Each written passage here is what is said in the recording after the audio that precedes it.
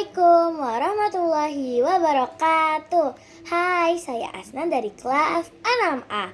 Saya akan mempresentasikan SKI tentang Sunan Ampel. Nama asli Sunan Ampel adalah Raden Rahmat atau Ali Rahmatullah. Sunan Ampel berasal dari kerajaan Campa dan merupakan putra dari Maulana Malik Ibrahim atau Sunan Gresik dengan putri kerajaan Campa. Beliau lahir pada tahun 1401 Masehi. Mengapa beliau dinamakan Sunan Ampel? Karena beliau tinggal dan menyebarkan agama Islam di daerah Ampel atau Ampel Denta, daerah Surabaya, Jawa Timur. Sunan Ampel menikahi Dewi Karimah dan dikaruniai dua orang anak, yaitu Dewi Murtasi dan Dewi Murtasimah. Dewi Murtasi menjadi istri Raden Patah dan Dewi Murtasimah menjadi permaisuri Raden Paku atau Sunan Giri. Sunan Ampel juga menikah dengan putri Adipati Tuban Arya Teja yang bernama Dewi Condrowatu atau Nyi Ageng Manila. Dari perkawinan tersebut mereka dikaruniai beberapa putra dan juga putri, yaitu Raden Makhdum Ibrahim atau Sunan Bonang, Siti Syariah, Raden Kosim atau Sunan Derajat, Sunan Sedayu, Siti Mutaiminah, dan Siti Hafsah. Sunan Ampel wafat pada tahun 1481 Masehi di Demak. Beliau dimakamkan di sebelah Masjid Ampel, Surabaya, Jawa Timur. Kepribadian Sunan Ampel. Sunan Ampel sangat berhati-hati terhadap adat istiadat masyarakat Jawa karena dianggap sebagai ajaran yang berasal dari ajaran Islam.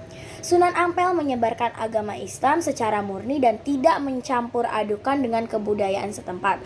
Beliau juga menyelamatkan akidah umat Islam agar tidak tergelincir ke lembah kemusyrikan. Sunan Ampel sangat pandai mengambil hati masyarakat dengan cara tersirat, yaitu memadukan antara kebudayaan yang dianut oleh masyarakat setempat. Peranan Sunan Ampel dalam mengembangkan Islam di Indonesia. Sunan Ampel datang ke Pulau Jawa pada tahun 1443 Masehi bersama sang adik yaitu Sayyid Ali Murtardo untuk menemui bibinya Duawarti yang menikah dengan Raja Majapahit Prabu Kertawijaya. Raden Rahmat membangun pesantren sebagai pusat penyebaran Islam. Pada pertengahan abad ke-15, pesantren tersebut menjadi pusat pendidikan yang sangat berpengaruh di wilayah Nusantara, bahkan mancanegara. Para santrinya adalah Sunan Giri dan Raden Patah. Para santri menyebarkan untuk berdakwah ke pelosok Jawa dan Madura. Sunan Ampel fokus mengajar santri-santrinya di pesantren dikarenakan para santri mendirikan masjid dan pesantren untuk berdakwah.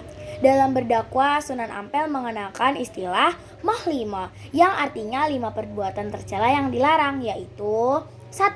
Moh main, yaitu tidak mau judi. Moh ngombe, tidak mau minum minuman keras, hamar, dan sejenisnya. 3. Moh maling, tidak mau mencuri, mengambil bukan haknya. 4. Moh madat, tidak mau menggunakan narkotika. 5. Moh madon, tidak mau berbuat zina. Dan juga pada tahun 1479 Masehi, Sunan Ampel mendirikan Masjid Agung di Demak. Penerus dakwah di Demak adalah Raden Zainal Abidin atau Sunan Demak. Raden Zainal Abidin merupakan putra Sunan Ampel dari kerajaan Karimah. Nilai-nilai positif dari Sunan Ampel. Nilai positif dari Sunan Ampel yang harus dicontoh dan diteladani adalah 1. Selalu siap membantu kepada siapapun. 2. Mengedepankan membangun nilai ibadah. 3. Penuh perhitungan. 4.